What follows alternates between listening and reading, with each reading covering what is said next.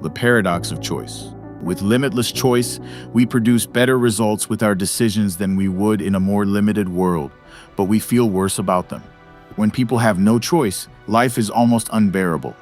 As the number of choices increases, autonomy, control, and liberation, this variety brings are powerful and positive. But as the number of choices keeps growing, negative aspects of having a multitude of options begin to appear. As the number of choices grows further, the negatives escalate until we become overloaded. At this point, choice no longer liberates, but debilitates. There is no denying that choice improves the quality of our lives. It enables us to control our destinies and to come close to getting exactly what we want out of any situation.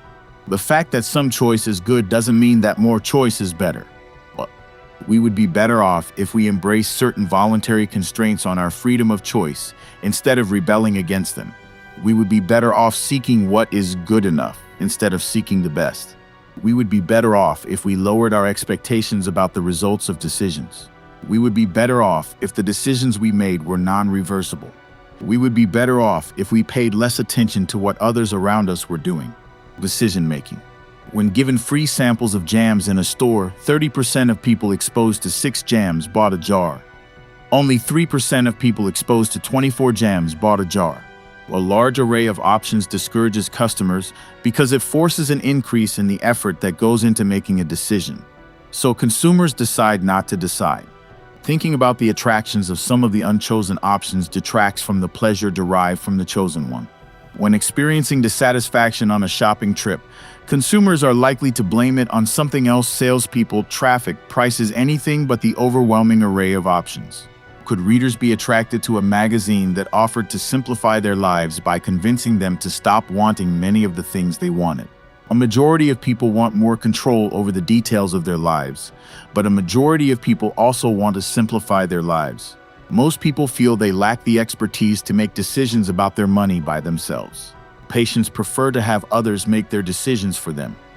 65% surveyed said if they were to get cancer, they'd want to choose their treatment. But only 12% of people with cancer want to do so. We always think we want choice, but when we get it, we may not like it. The burden of having every activity be a matter of deliberate and conscious choice would be too much for any of us to bear. Most good decisions involve these steps. Figure out your goals. Evaluate the importance of each goal. Array the options. Evaluate how likely each of the options is to meet your goals. Pick the winning option. Later, use the consequences of your choice to modify your goals, the importance you assign them, and the way you evaluate future possibilities. As the number of options increases, the effort required to make a good decision escalates as well. The process of goal setting and decision-making begins with the question, "What do I want?" Looks easy to answer and addressed largely through internal dialogue. But knowing what we want means being able to anticipate accurately how one choice or another will make us feel, and that is no simple task. Interesting story about how you can read consumer reports saying that Volvo is the most reliable car based on dozens or hundreds of sources combined. But all it takes is one person at a party saying, "Oh, I had one, and it was nothing but trouble," to sway us from our choice. Logically, this one report should have almost no influence on your decision.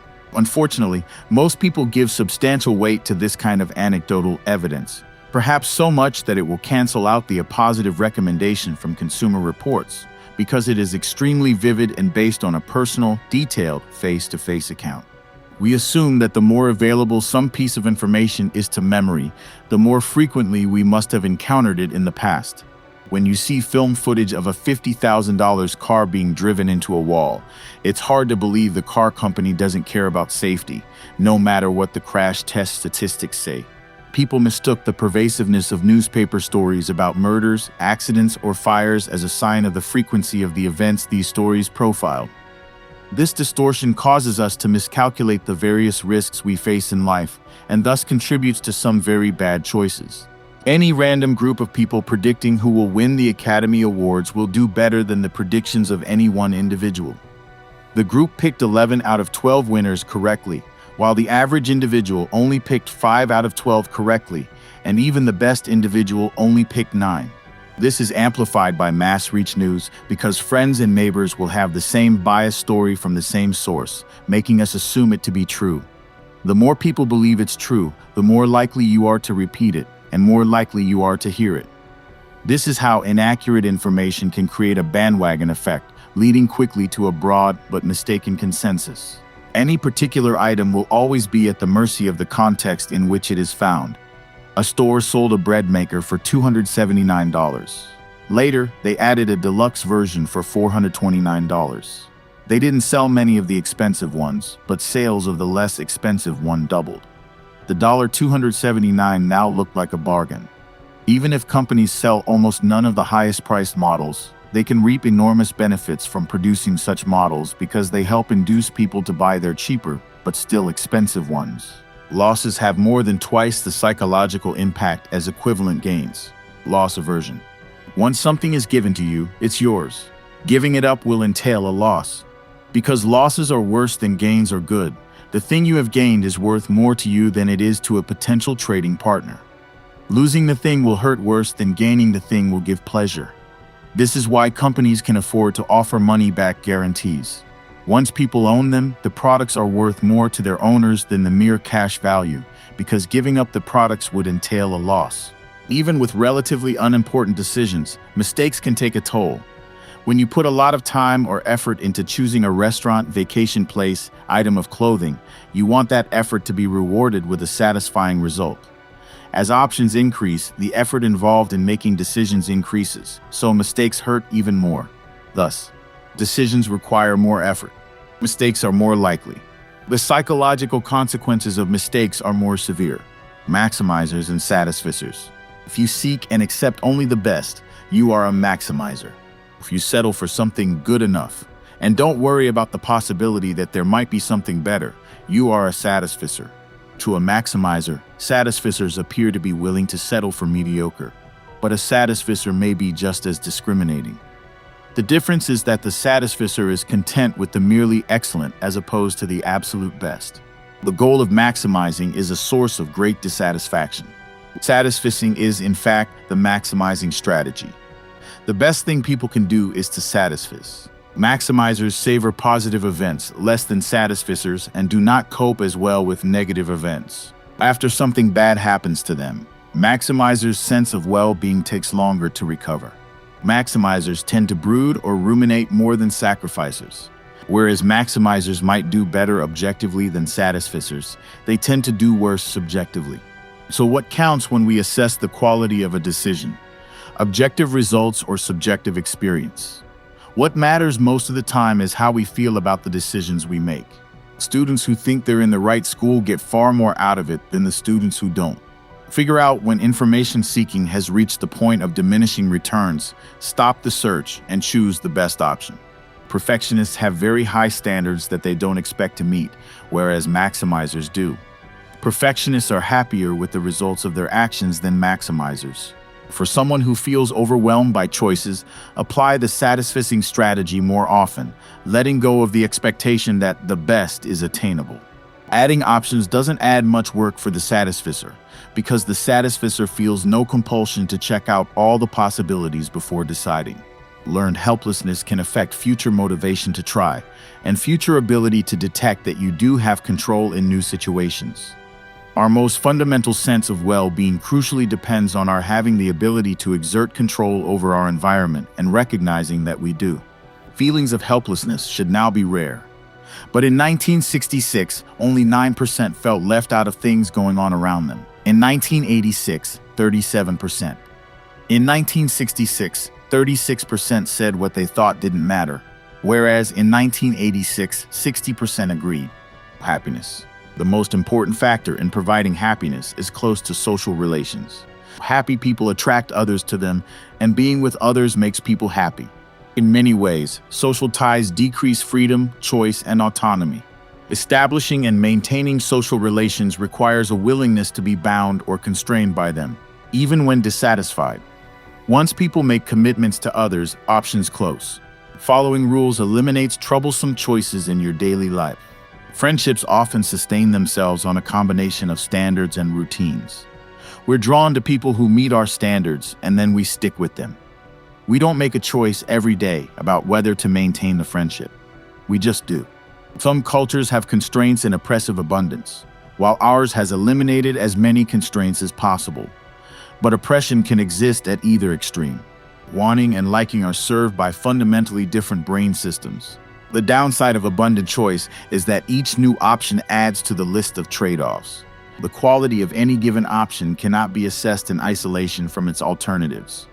One of the costs of any option involves passing up the opportunities that a different option would have afforded. The quality of any given option cannot be assessed in isolation from its alternatives. One of the costs of any option involves passing up the opportunities that a different option would have afforded. Excellent advice for managing our psychological response to choice. Pay attention to what you're giving up in the next best alternative, but don't waste energy feeling bad about having passed up an option further down the list that you wouldn't have gotten to anyway. The existence of multiple alternatives makes it easy for us to imagine alternatives that don't exist. When we engage our imaginations in this way, we will be even less satisfied with the alternative we end up choosing. There is no objective, best vacation, job, or activity. What matters is the subjective experience. Being forced to confront trade-offs and making decisions makes people unhappy and indecisive. Choosing and choices. Sony and AWA retail story. Scenario: one Sony CD player for $99, far below list price. Survey result: 66% of people said they'd buy it. 34% would wait. Scenario: two CD players Sony for $99 and $169 top-of-the-line AWA, both below list price. Survey result: 27% would buy the Sony, 27% would buy the AWA, 46% would wait. Scenario: one Sony CD player at $99 and a clearly inferior AWA at $105. Survey result: 73% go with the Sony, almost nobody goes for the AWA. So, faced with one attractive option, 66% of people will go for it. But add one conflicting option, and only 50% buy anything. Adding the second option creates a conflict, forcing a trade-off between price and quality. The second option made it harder, not easier, to choose. But in the third scenario, the crappy AWA gave people confidence that the Sony is a good deal, an anchor of comparison that bolsters a buyer's reasons for buying the Sony. Call this a non-conflicting option. Difficult trade-offs make it difficult to justify decisions, so decisions are deferred. Easy trade-offs make it easy to justify decisions. Single options lie somewhere in the middle. Example from medical field. Scenario: a man is suffering from disease. Doctors were asked whether they'd give him medication or send him to a specialist. 75% chose the medication. But when asked whether they'd give him a choice between two medications or send him to a specialist, only 50% chose any medication. Conclusion: adding a second medication doubled the likelihood they'd send him away to a specialist, that is, they chose to defer the decision. When people are presented with options involving trade-offs that create conflict, all choices begin to look unappealing. Court being asked to decide which parent gets custody. Parent A: normal in every way. Parent B: has extreme good sides and extreme bad sides.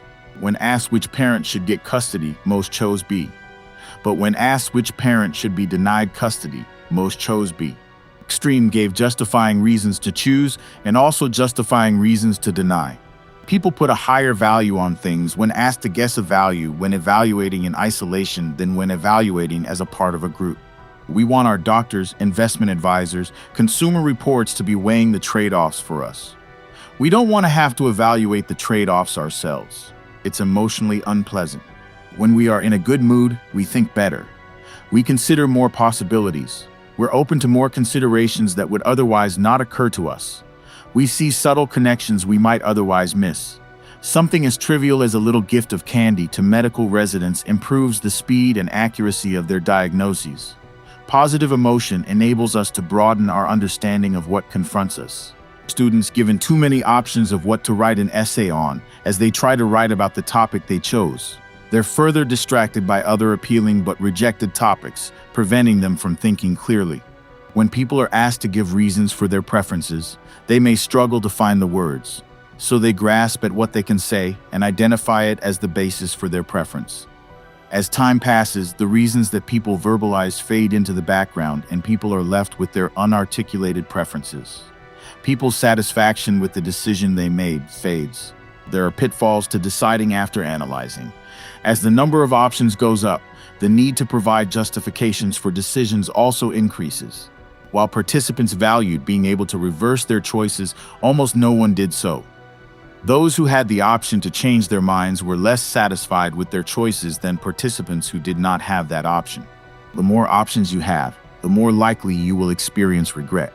When asked about what they regret most, people name failures to act. When you miss by a little, you feel it.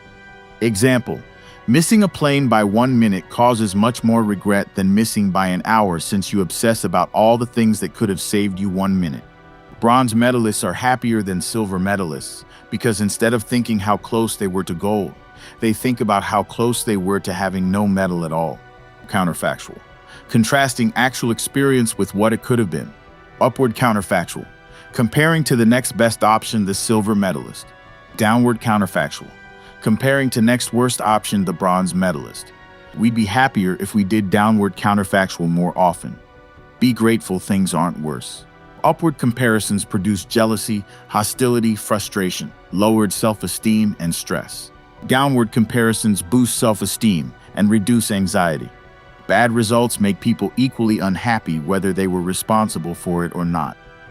But bad results make people regretful only if they were responsible. The more our experiences result from our own choices, the more regret we feel if things don't turn out as we hoped. People facing decisions involving a trade-off, and thus opportunities for regret, will avoid making those decisions altogether. We show greater willingness to take risks when we know we will find out how the unchosen alternative turned out, and there is thus no way to protect ourselves from regret.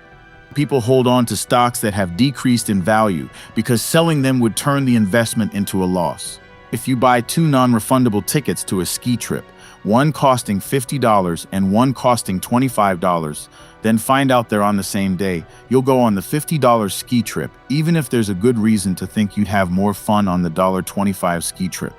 Basketball coaches give more time to players earning higher salaries. People who have started their own business are more likely to invest in expanding them than people who have purchased their business.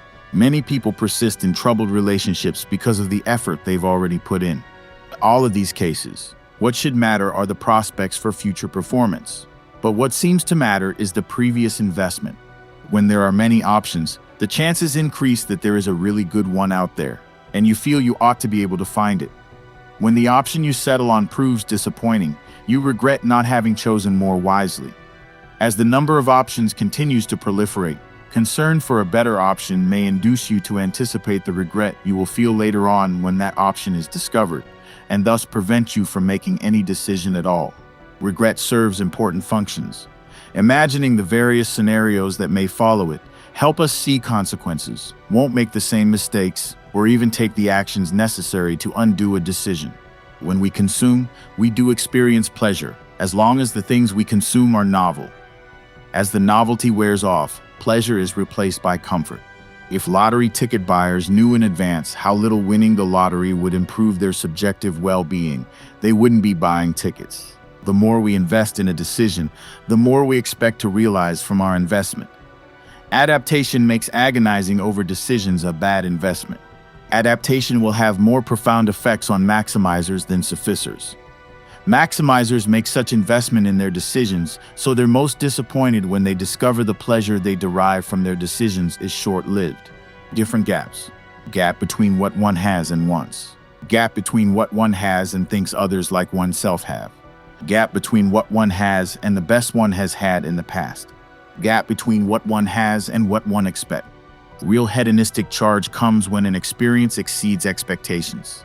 We can do more to affect the quality of our lives by controlling our expectations than we can by doing virtually anything else. Leave room for experiences to be a pleasant surprise. The challenge is keeping wonderful experiences rare. For example, no matter what you can afford, save great wine for special occasions. It's a way to make sure you can continue to experience pleasure. More than half of people chose options that give them better relative position.